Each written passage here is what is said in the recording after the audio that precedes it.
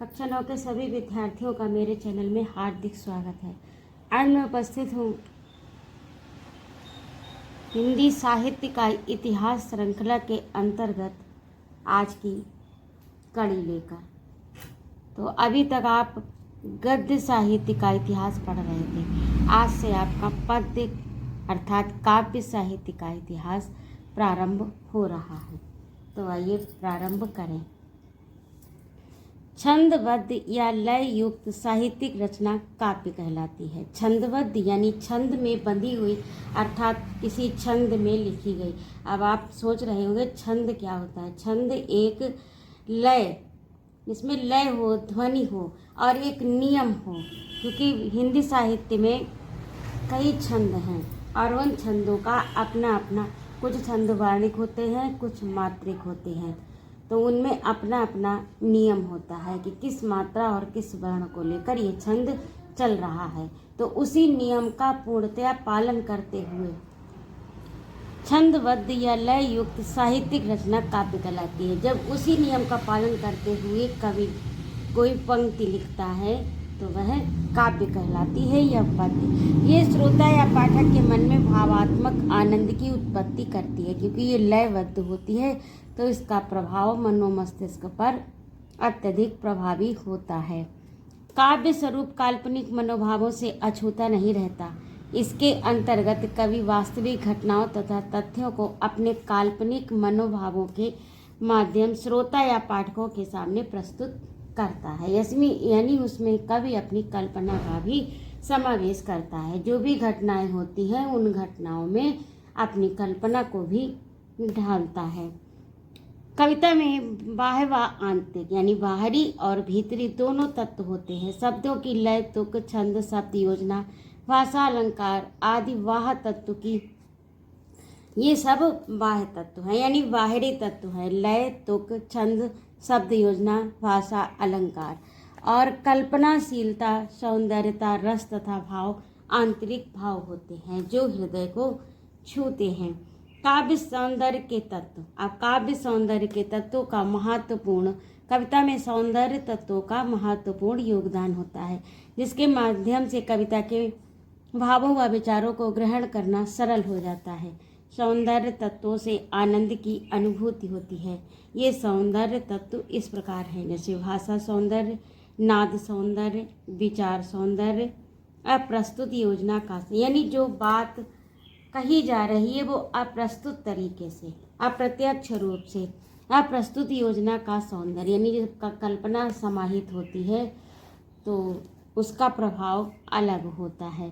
विचार सौंदर्य यानी उसमें जो विचारों का समावेश किया गया है, यह कवि के अपने विचार हैं किसी घटना पर, किसी समस्या को लेकर।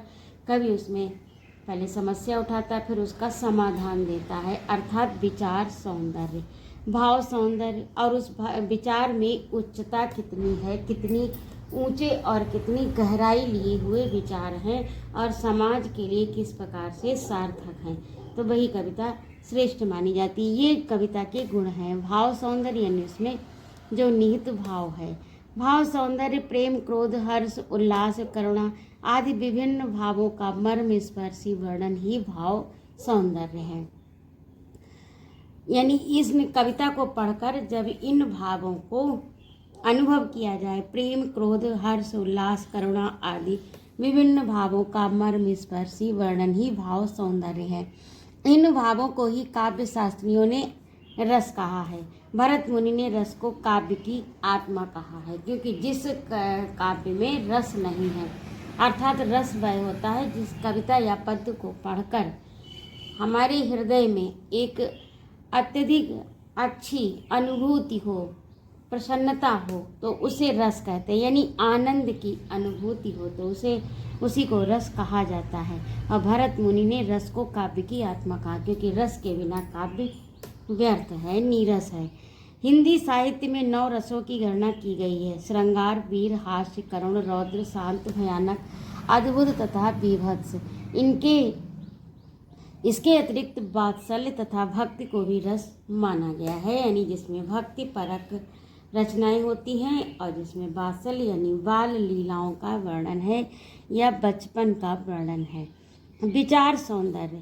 विचारों की गरिमा का काव्य प्रेरणादायक बनता है। विचारों की गरिमा से काव्य प्रेरणादायक बनता है। नैतिक मूल्यों के कारण ही कबीर, रहीम, तुलसी के दोहे तथा गिरधर की नीतिपरक कुंडलियाँ साहित्य में अमर हैं। ये काव्य मानव जीवन के लिए व्यवहारिक शिक्षा, ज्ञान, अनुभव तथा प्रेरणा के स्रोत हैं।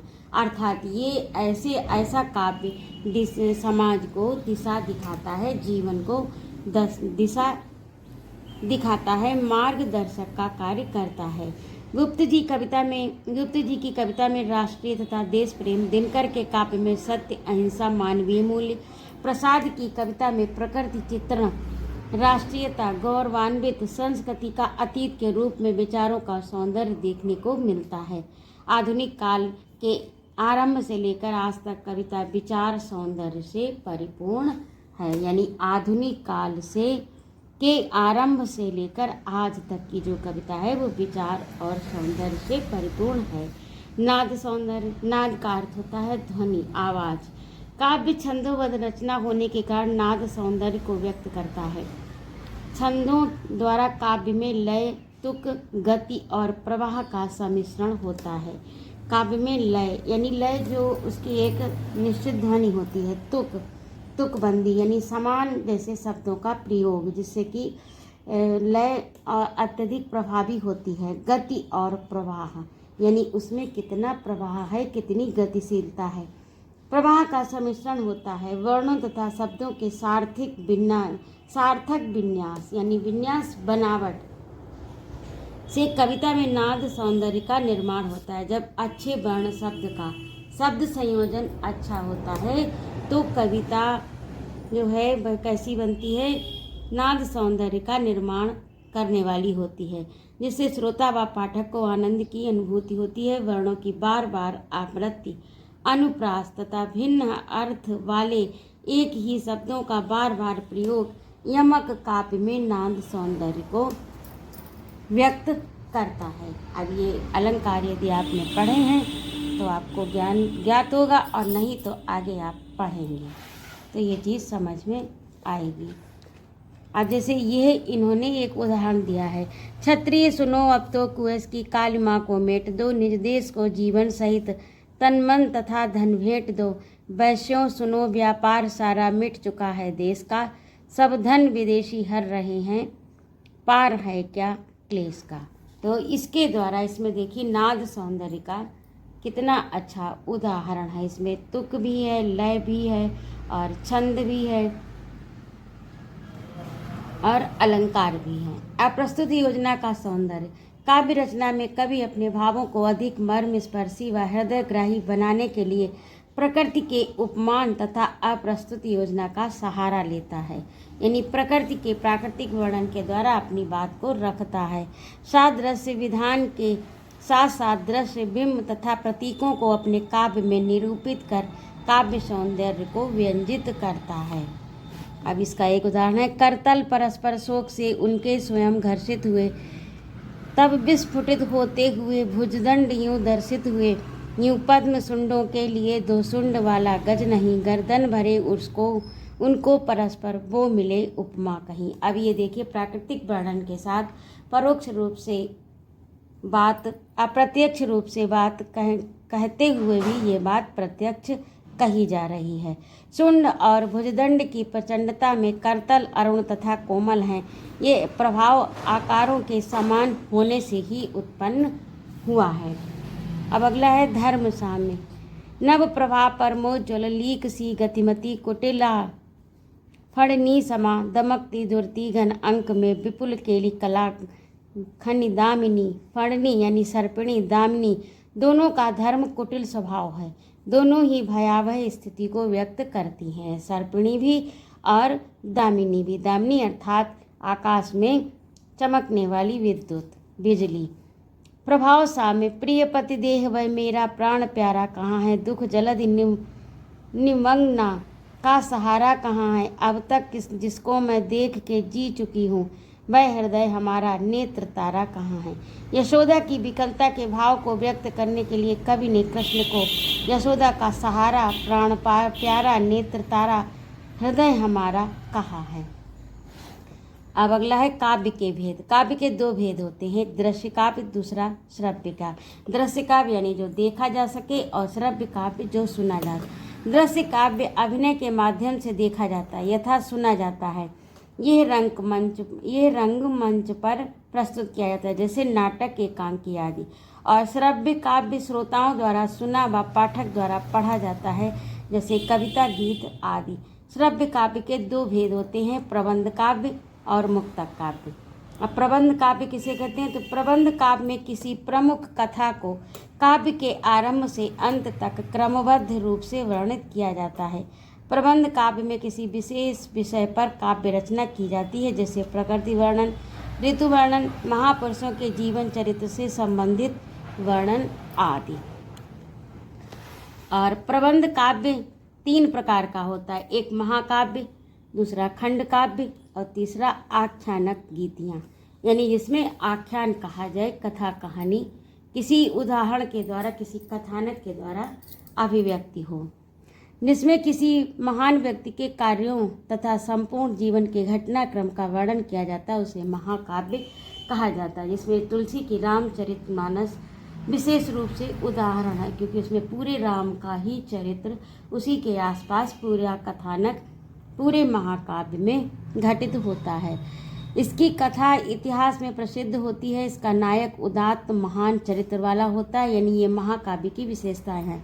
महाकाव्य में वीर, श्रृंगार और शांत रस में से कोई भी एक रस प्रधान होता है। यदि वीरता पर आधारित महाकाव्य है तो उसमें वीर रस प्रधान होगा।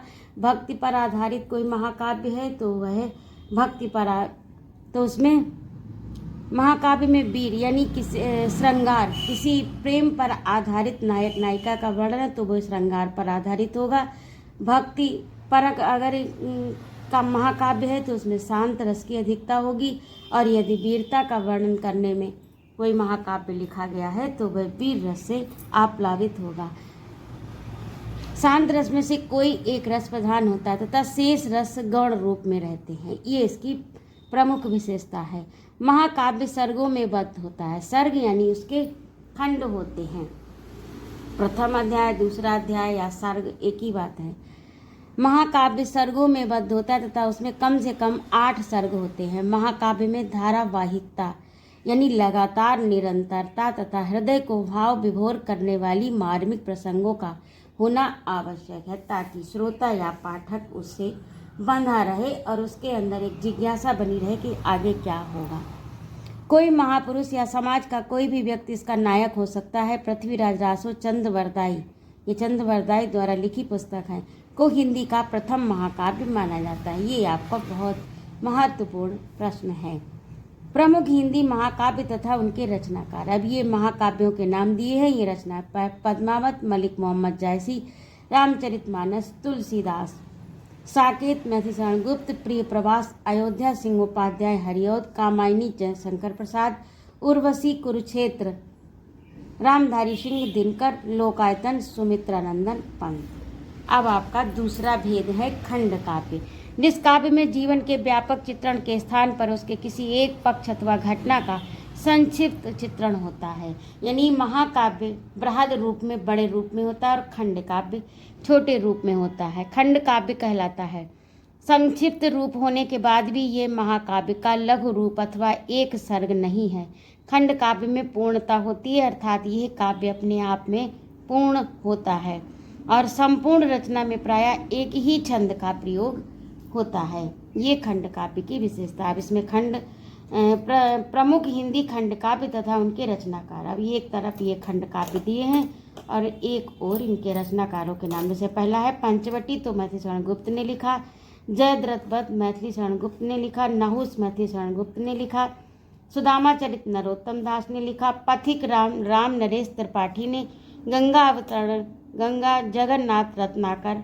हल्दी घाटी श्याम नारायण पांडे। तुमुल श्याम नारायण पांडे। रश्मिरथी रामधारी सिंह दिनकर। ये प्रसिद्ध खंड काव्य हैं। तो आज के अंक में इतना ही। अगले अंक में मैं शीघ्र उपस्थित होती हूँ आगे का भाग लेकर।